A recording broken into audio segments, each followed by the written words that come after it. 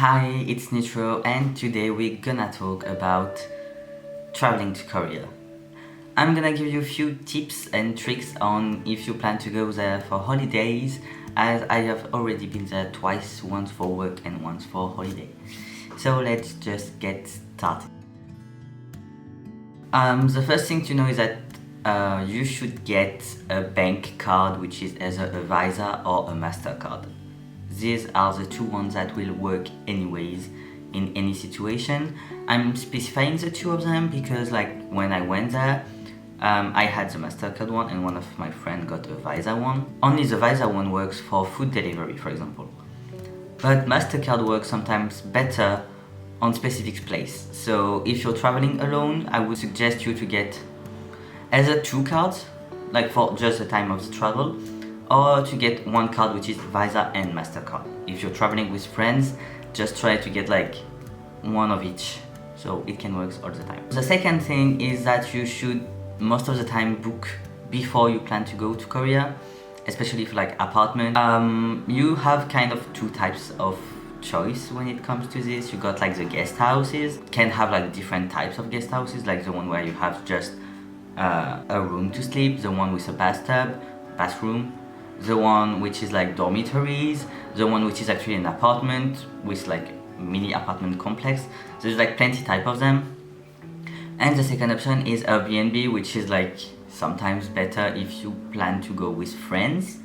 Nevertheless, guest house are 99% of the time less expensive.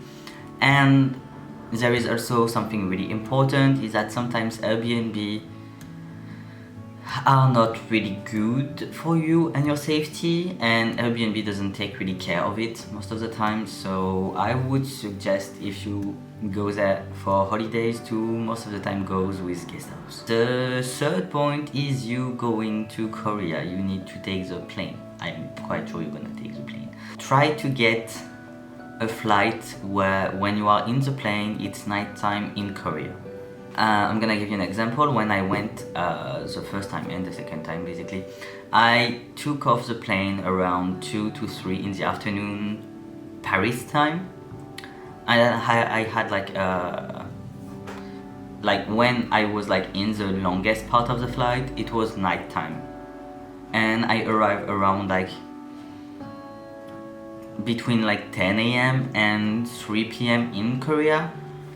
Which means that when you drop off and you get to your guest house or to your place where you can sleep, it's you shower, you go through a chill day, but you are not completely fucked up for your sleep schedule. If you're watching me from Canada, the US, or everything that's time-wise really different, try to think of it with your plane tickets, as it may be the complete opposite of what I'm saying, so you have to double check on this.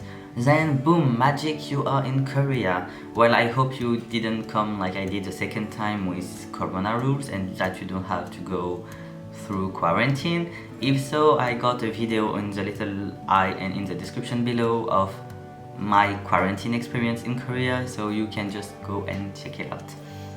And once you arrive in Korea, there is stuff that you need to know. The first thing is that taxis are not that pricey, and that if you are with friends, or if you plan to not take the metro line to go from the airport to the city, you can go through taxi.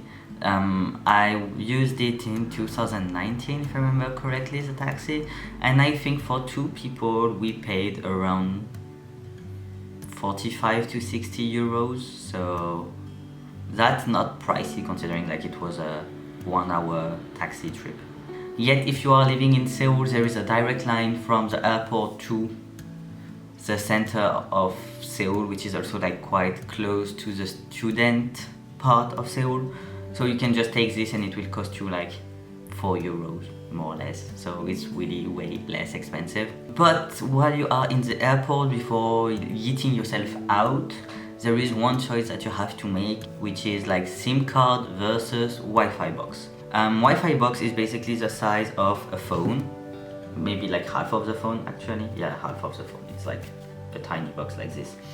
and it allows you to get 5G, 4G to 5G everywhere in Korea, even in like the smallest cities that I went to. And I also used it on Jeju Island, so yeah, it works there too. So you got this option, which can be a bit pricey, but if you are traveling with friends, always in groups, it will be the less pricey one. The second option is having a Korean SIM card. To get a Korean SIM card, what you need is a passport. Is in Hongdae in Seoul. There is a shop called Travel Depot, which make Korean SIM card for international people.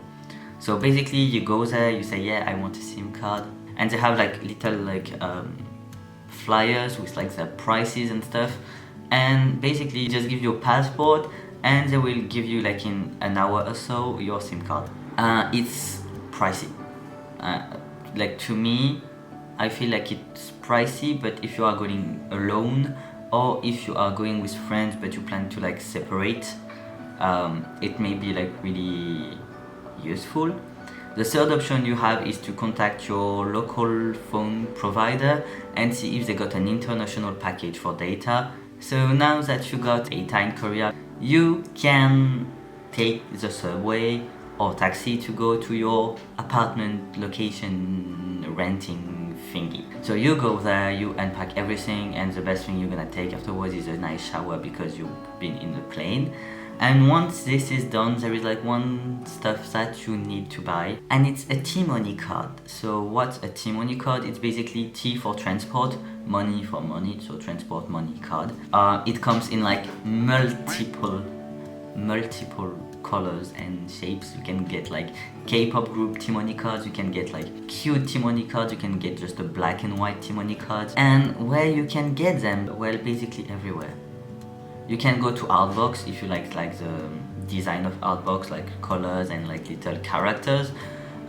You can also go to any convenience store. You can go to GS25 and they have like GS25 sponsored Tmoney card. If you go to CU, you will get CU Tmoney card, etc. So yeah, you can get those Tmoney cards. And how does it work? To top up the money, you can either go to your local convenience store once again, or you can go into most of the subway station and recharge it.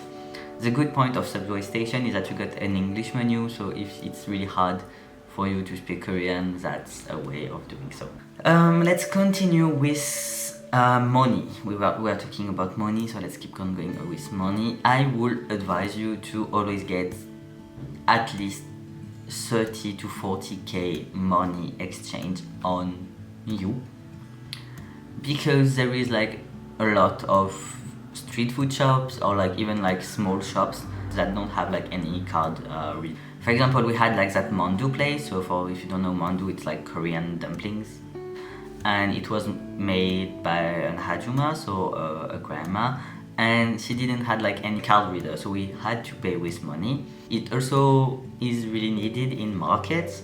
So if you go to like fish markets or like just big markets in Korea, they mostly don't have any card reader, so you will have to pay with money.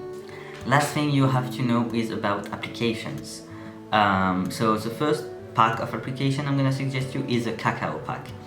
In this Kakao pack, you will find KakaoTalk, that you may already know if you plan to go to Korea, which is like the exchange messaging app like WhatsApp that you can use there, and that most of the Korean will use there, including like tattoo artists. You will also have Kakao Map, Kakao Bus, Kakao Metro, Kakao Subway, I don't remember the name, Kakao Taxi, where you can basically book a taxi, knows when the next bus is coming for your line, everything. They are really precise and they are really great, so I would advise you to get them. The second pack of app is the Naver app. So Naver for Korea is quite like Google is for us, if you want like a shortcut explanation. The first app you need is Naver Map, because Google Maps in Korea is useless, like 100% useless. You will not use it at all because it's not updated at all. Whereas Naver Map is like really updated and you can use it basically everywhere in Korea. So get Naver Map. The second app that you may need in Korea, especially if you don't speak Korean really fluently, is Papago. Papago is a translator. I will always advise you to switch to translate from Korean to English or from English to Korean, as some other languages are not developed enough yet. But the good thing is that there is multiple things that you can do in Papago. The first one is obviously translate text that you are writing. The second thing is that you translate conversation, so two people talking will be working. You can translate also a voice audio message, and you can translate documents. This is like one of the most useful things when you don't speak Korean a lot and you have to get information. For example, at the back of a package of noodles and you have like some maybe allergies or something like this, you can just scan it and get this. Yeah, last thing is that there is application that you can find on like Play Store or App Store depending on what phone you have, which are made to check your balance of your Tmoney card. So basically, if your phone is young enough, new enough, you have NFC on it, and with this type of application you put your card here and it will tell you how much money you have left on this card. I'm gonna give you one name of app, but if you type this on your Play Store, App Store, we'll just basically find it. Just type something like Tmoney balance check and you will find application that will be working like this. There are free apps most of the time. Sometimes you will have an advertising little thingy popping up, but at least you will know and never take bus or transportation without enough money on your Tmoney card. Well, last point. If you are not fluent in Korean once again and you don't know how to construct sentences correctly, get on a tiny paper on your wallet or something your address, like guest house address, work address, whatever address you need to remember. Because if you're taking a taxi and you don't know how to say this address, or you don't know like something about it, you can just show them the paper. Mostly better if it's written in Korean with like the address, so they can like type it in the GPS. This is the end of the video. I hope that you enjoyed it. If it's the case, don't forget to subscribe if it's not already the case, and to activate the little notification so you know when I upload a new video. Don't forget also to give a thumbs up if you like the content I'm making, and to give like feedbacks or question or whatever you want on the comment section, so I know what kind of video you would like to get to. And I'm telling you, see you soon in the next video.